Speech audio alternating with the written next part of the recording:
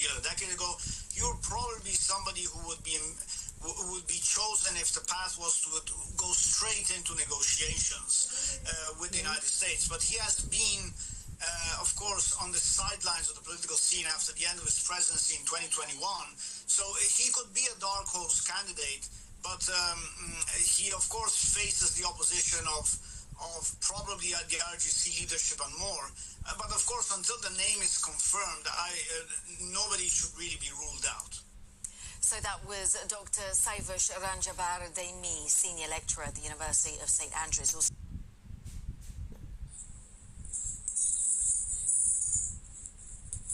As you were hearing there, an expert in Iran's political makeup. We are still waiting to hear the name of who will succeed the late Ayatollah. Well, the selection of a successor comes as America and Israel hit key economic targets in the Iranian capital overnight, an airport and oil facilities in Tehran among them.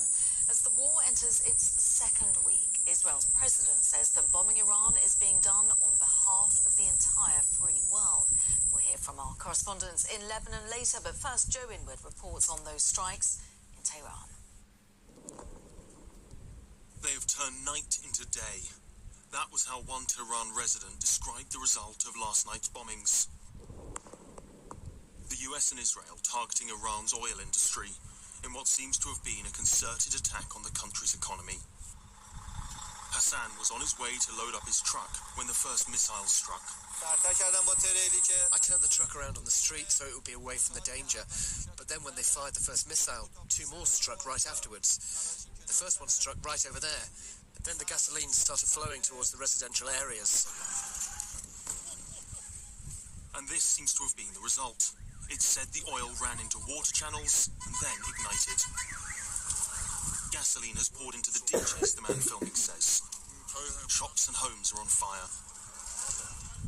Israel has continued to release its own footage of this war, more sanitized than the view from street level. The country's president told the BBC that the war still has a clear plan.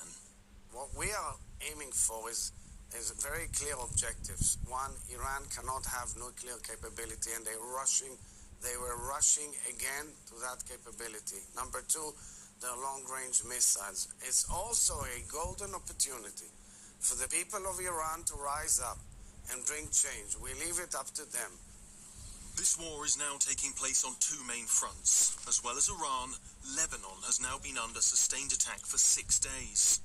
4 people are thought to have been killed in a strike on an upmarket hotel in the capital, Beirut. Israel began its attacks on the militant group Hezbollah